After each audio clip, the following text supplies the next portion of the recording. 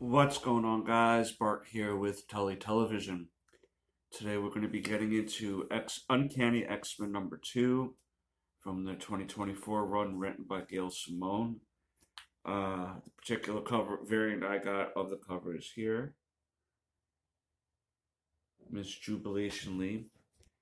Uh, that cover is done by Nathan Scherdy, Szerdy. David Marquez is the artist, and Matthew Wilson is the colorist. Now we're picking up on this particular X-Men series picks up the adventures of the Louisiana X-Men team led by Rogue and Gambit at the moment. Issue 1 is them debating on whether they should recreate the X-Men, regroup as the X-Men because of a patient that they met by the name of Harvey X. He was in the hospital. He wasn't doing too well, and his wish was to meet the X-Men. And he wanted them to get back together to protect mutants and help them and everything. But unfortunately, he died. Harvey X, from what I understand, because I know this series is up to issue like 13 or something, so I know there's some things that come along the way that touches back to him in later issues. But of course, we're going to go in chronological order here. We open up basically with Charles Xavier abroad at school, and he meets before Lilandra, before Moira McTaggart, he meets this woman by the name of Sarah. And basically, him and Sarah here, I hit it off really good, and they start dating. And I'm thinking that the reason why they're bringing this character in is to have her come back in some sort of way. And by the end of this issue, you're probably going to figure out, or at least I'm deducing what's going to happen with her character. But basically, at the end of issue 1, we have these 4 characters that seem to be on the run coming across Rogue and the Wolverine and Gambit while they're at this place called Haven in, of course, again, Louisiana, through Gambit's past connections. These kids are saying they're hearing voices to find the X-Men. They're trying to get help. And as Wolverine and Rogue are trying to talk to these kids to find out what's going on, the Eye of Agamotto that Gambit has decides to go haywire and gives off a burst of energy, which of course I like this particular scene right here, panel I should say. We'll get into the characters' names in a little bit here. And of course, we run into the good guy versus good guy fighting each other trope until things settle down. This particular character, again, she says she's not a mutant, but as time will go, she'll most likely relate to being a mutant, being she's most likely a mutant. Out of the newer characters, this fella here seems to be my favorite. And when he's fighting Wolverine, he says that all the victims of Wolverine are here to talk to him. So I'm assuming that he has some sort of connection with the dead. Um, Basically, think of the Black Lanterns. They come back from the dead through the ring. They don't need no ring. They just have this guy. And again, we'll get into the names in a few minutes here, a few moments. We see the doctor here who took over Grey Malkin, the school at Grey Malkin, and they are figuring out what to do with the danger room as she's being explained what the danger room is, and she's like, well, we're totally going to run these mutants through these danger room sessions to test their powers and everything, because what they're doing is they're trying to make the Xavier School for gifted youngsters, however you want to chop it up. They were trying to change the school into a prison. There are prisoners there already.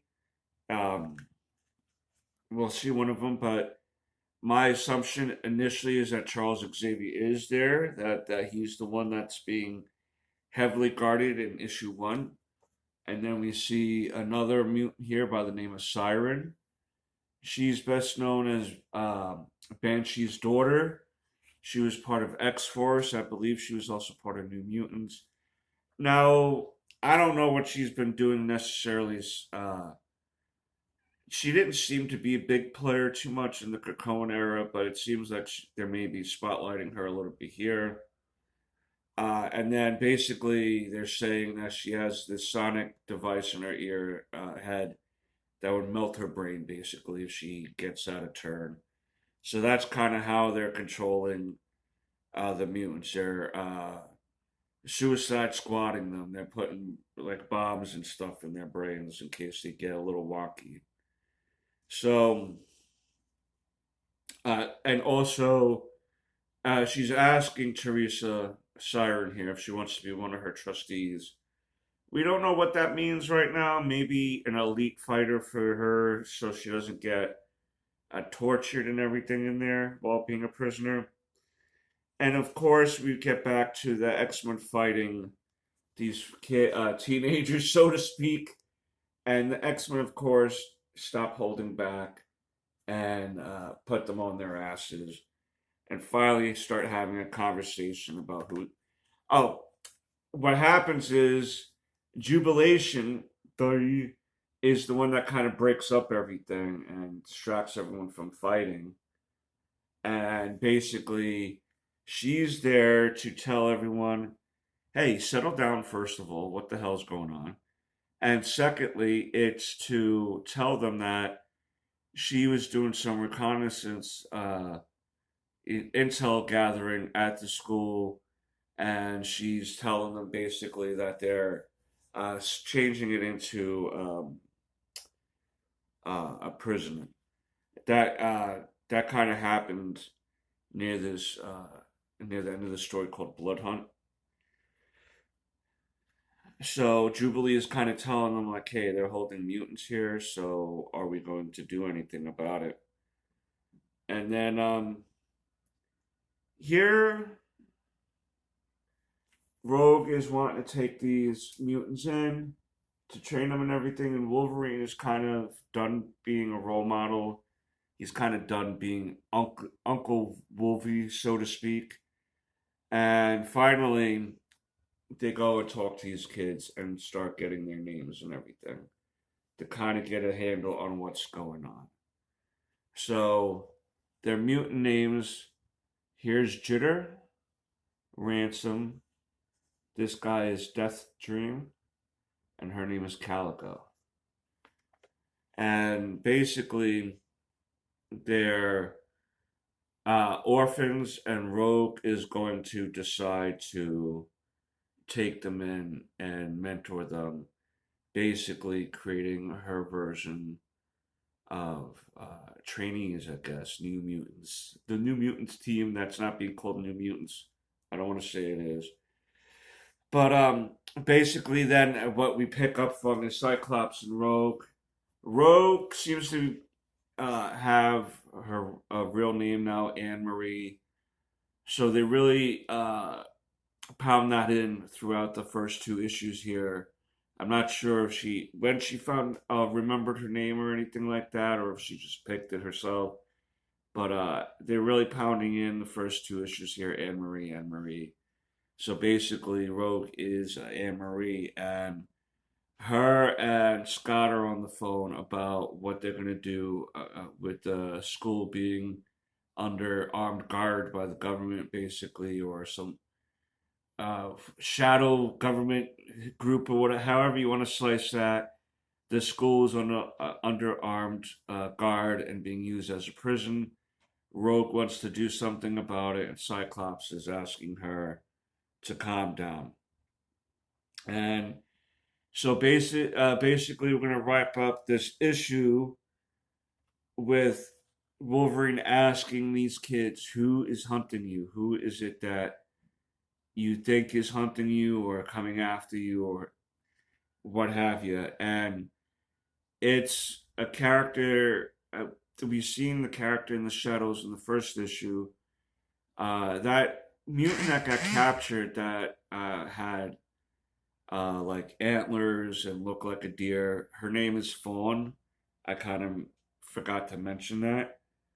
And the last panel here at Grey Mountain Prison now is the doctor and her captain, so to speak, of the troops. And Fawn is brought to them by the person who captured her. And it seems like the person that we were introduced to in the beginning of this issue now is going to have the last panel of the issue. We see Sarah here, Charles Xavier's supposedly first real girlfriend that he met according to his journals in the beginning of this issue. So Charles Xavier has some wonky lovers that seem to want to come back and hurt mutant kind. Take Moira McTaggart, for instance. And then, of course, we're going to see what happens in issue 3. This is one of the covers for issue 3. And I think that this book is setting up some good mysteries to figure out and to. So Calico seems to have this power to have some sort of bond with that horse. Jitter seems to be something to do with time. She has a minute of time to be able to manipulate time in that minute. Death Dream has the ability to communicate with the dead. We're not at this point not too sure how much control or specifically every little nuance of the powers yet in these issues. And the last fellow, his name is Ransom.